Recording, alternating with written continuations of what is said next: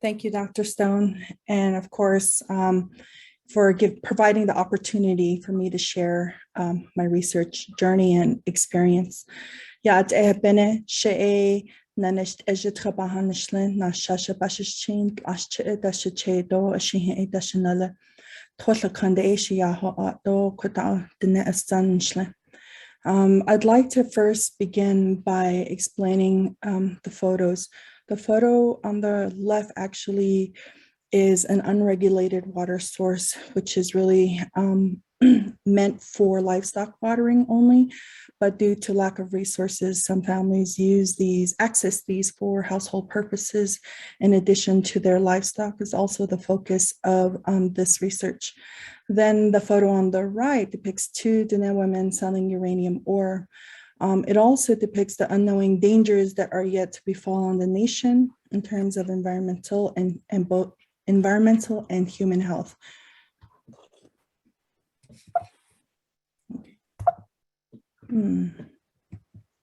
Oops, sorry. Indigenous communities are one of the first and most impacted communities that are affected by environmental issues such as climate change, food, and water security. Some of these same communities are advocating for themselves by incorporating their own opinions, expertise, worldviews, and informing the scientific community through collaborative efforts and research practices. You just saw an example of that. And simultaneously, there are also Indigenous scholars that are implementing and incorporating their knowledge and worldviews into their own research, which, as you've also heard, has proven to be challenging in terms of acceptance by the scientific community as well as the academy. Despite these challenges, there have been numerous scholars that have been making strides in these areas. Indigenous research is actually grounded in three ways of knowing and practice. The first is axiology, indigenous knowledge, indigenous values, epistemology, which are indigenous ways of knowing, and ontology, are indigenous ways of being. If you're thinking about how that all ties together, and when you're conducting research with and in Indigenous communities, it requires an understanding of cultural competency as well as relevancy, which is the origin of knowledge. It is important to cite or acknowledge where that knowledge is gained and where it originated. The major difference between Indigenous knowledge and Western knowledge is the connectedness to the land, or a sense of place, as you previously heard. For me, this is Diné science. Growing up as a child connected to the land through living, prayer, songs, traditional teachings has grounded me with the concepts that has furthered not only my research, but the approaches and frameworks used to learn more about the concerns of the environmental health as well as health disparities in my community.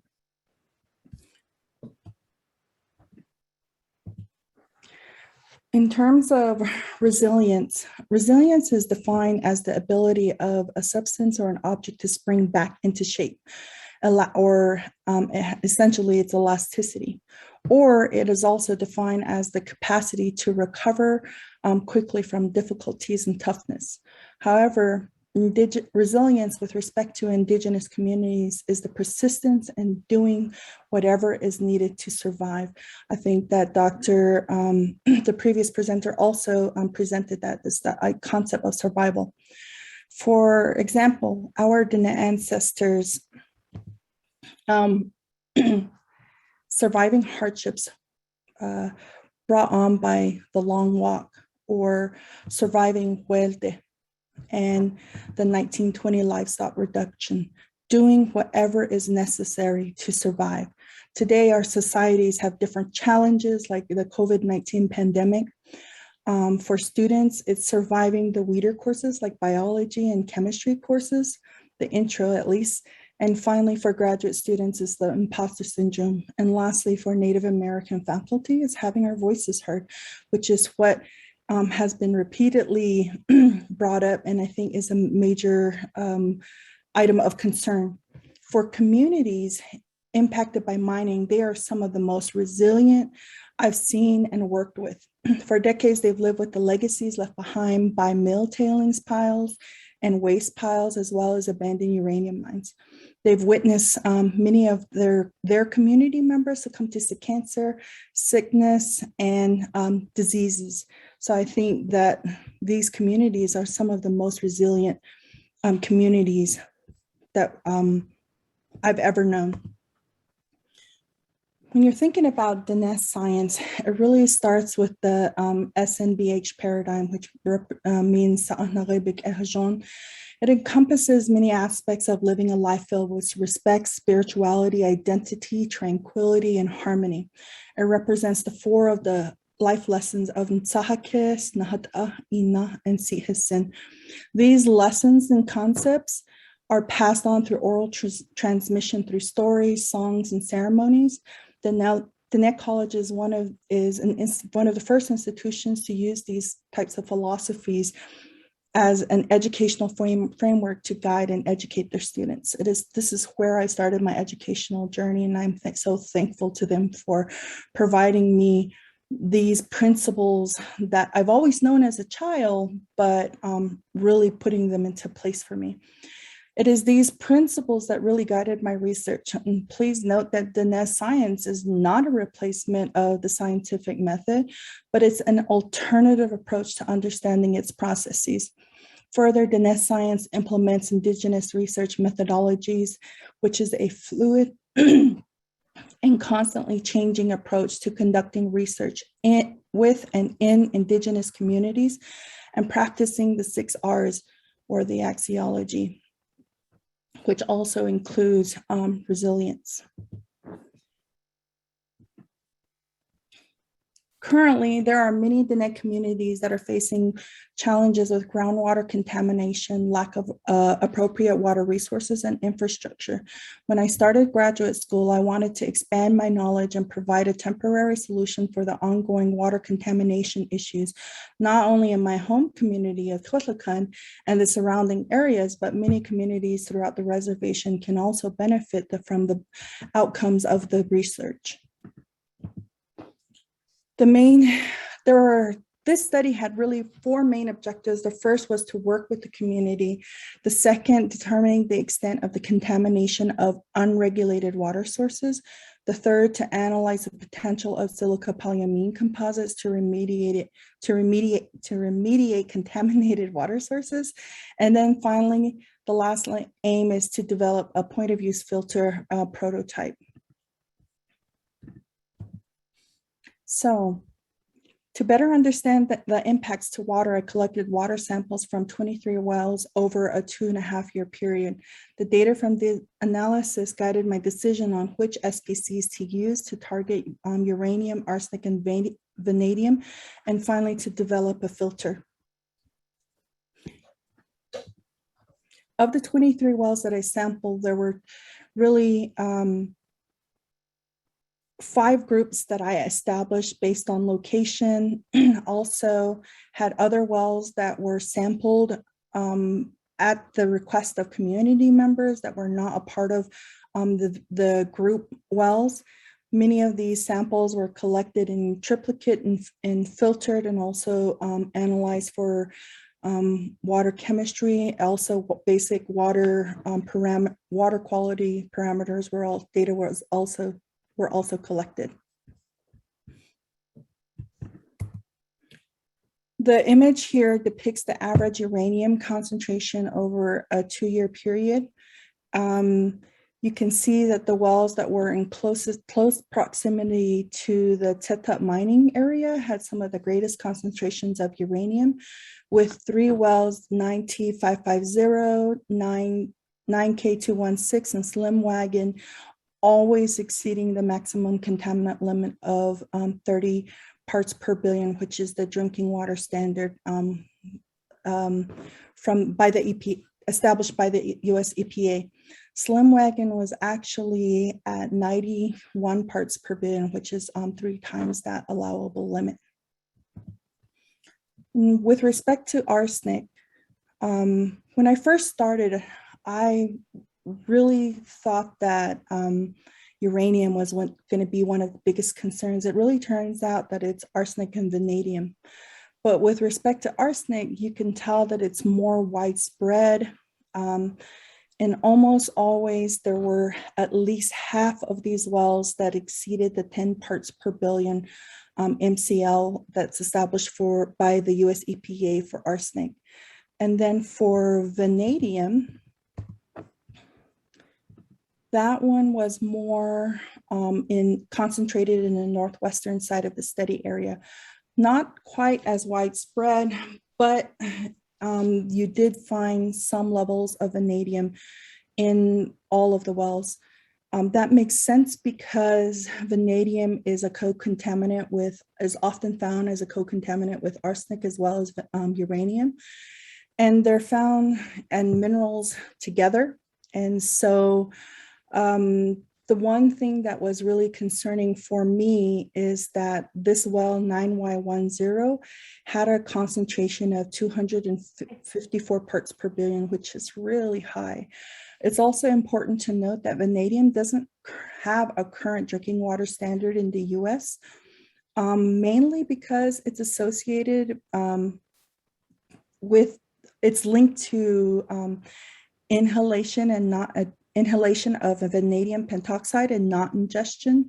So which is most likely the reason why there is not a drinking water standard, but it's linked to respiratory illnesses, gastrointestinal diseases, and it impacts organ systems like the cardiovascular, the renal, and reproductive systems, which really makes a lot of sense because the community members, when I would talk to them, would often talk about like their family's history with cancer as well as respiratory illnesses. So it really makes sense. And I think that the reason why it's concentrated on this end is because the groundwater is actually traveling from Pastora Peak here down to towards the San Juan River. And we had mining in the Teta area in the 1920s, which was 20 years prior to uranium mining in the Teta area.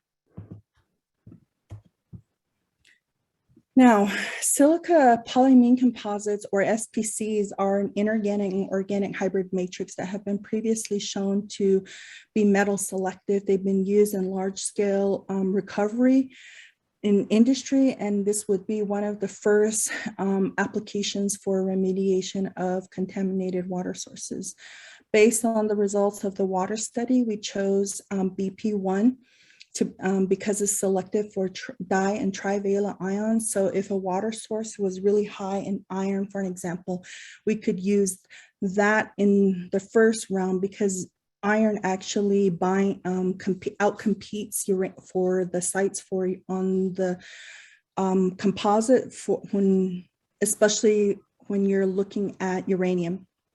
So then we chose zirconium BPAP, which is selective for both copper, but also for arsenic and vanadium. And BPAP can also be selective for uranium as well as vanadium. Currently, my research efforts are focused on optimizing this silica SPC point of use filter. Really to overcome issues of flow that I've been experiencing, as well as the overall design.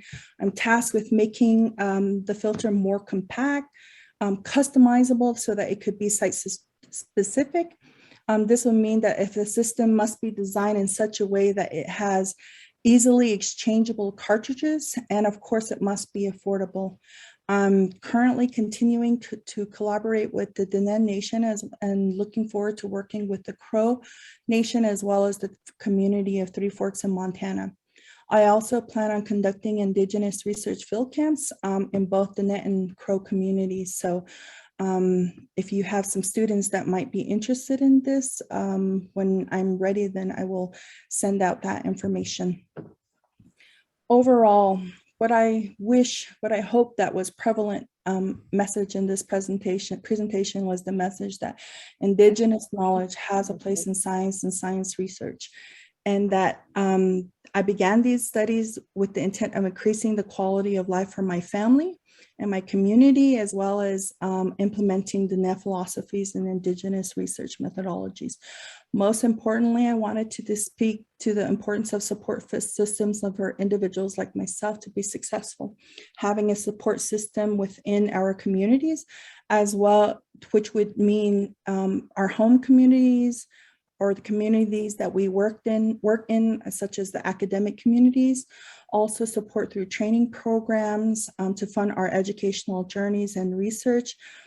While it's awesome that institutions are making an attempt to diversify, it's important to acknowledge all of the person.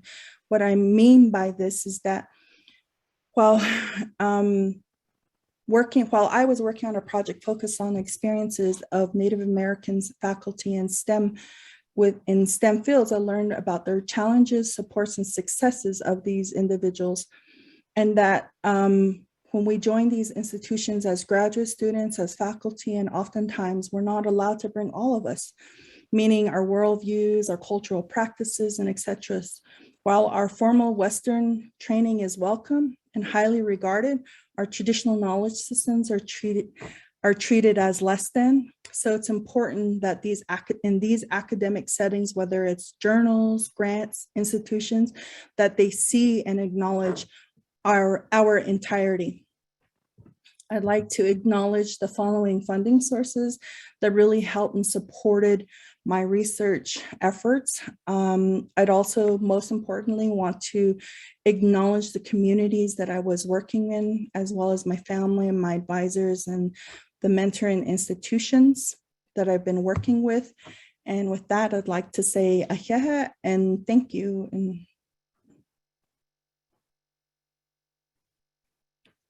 I'm all done. So much, Ranalda. It was a fantastic presentation. Really wonderful content and ideas. So I'd like to, again, open it up to the room. I do see some hands up, so I already had my questions, but I'm going to sit on them for a bit so we get to hear from more voices than me today. So Alex, are you out there? Can you ask your question? Alex Webster, I think, had her hand up.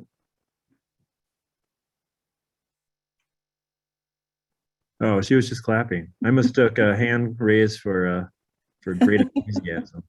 All right. Well, I really would love to hear some questions from the audience. I feel like whenever I get in this environment, I go back into teacher mode, being like, I'm going to sit here quietly until I have 3 questions. But I will first kick it off with a question so that people have time to formulate their thoughts. So, Ranalda, you finished your PhD in an interdisciplinary program, if I'm not mistaken. And for those of us, at least on the academic side, we recognize how hard it is first to create such a program and get it off the ground. And then also how challenging it is for students to navigate something that's outside of our traditional academic silos.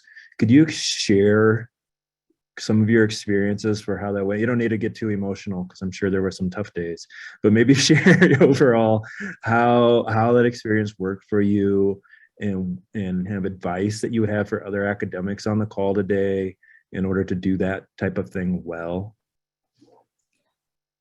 I think the first and most important lesson that I've learned in developing that is be perseverant, right? Go and do what you want to do. I mean, in the program, when I initially started my graduate program, I started in a traditional chemistry track. And it just wasn't for me, you know, and so I sought out myself and a different program that I could customize to my benefit.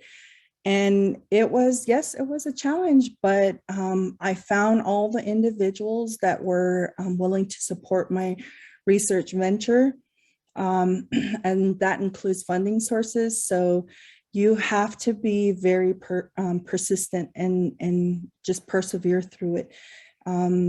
That educational journey, graduate research, it's a journey, and you have to survive. You've got to overcome, and you have to be resilient. It's the name of the game, resilience. Thank you for that answer. That's very helpful. We do have an actual hand up, and then I saw a question in the chat as well that I'll come back to in just a second. But Lonnie, if you're available, do you mind asking your question? Sure. Ranalda is someone who will be on the job market soon. I was wondering if you could tell what qualities of institutions you would be looking for that would, make you feel that you would be supported or welcome or as an Indigenous scientist. And I think that's actually a very excellent question. And yes, I will be on the job market soon. I'm looking for an institution that will allow me, well, not necessarily allow, but will welcome my research perspectives and my research goals, including Indigenous knowledge systems, while still being innovative and having a rigorous research agenda. And I think for me, I would like to be at an institution that welcomes that. And I think that I really would like to be in an institution where I feel like I'm heard. And I think that's one of the major concerns that Native American faculty in STEM, or just any Native American faculty, experience this sense of tokenism. So we're often asked, I've learned that they're often asked to serve on numerous communities, but how do you respectfully decline, right? And I think oftentimes we're also overworked. And so I think if we get into an institution where we have that support system in place is really important.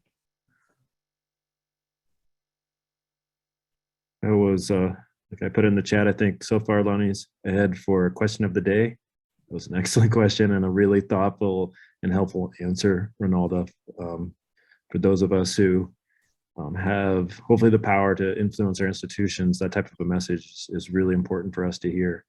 There was a question from, there's a lot of questions, chatter now, so I need to scroll back up.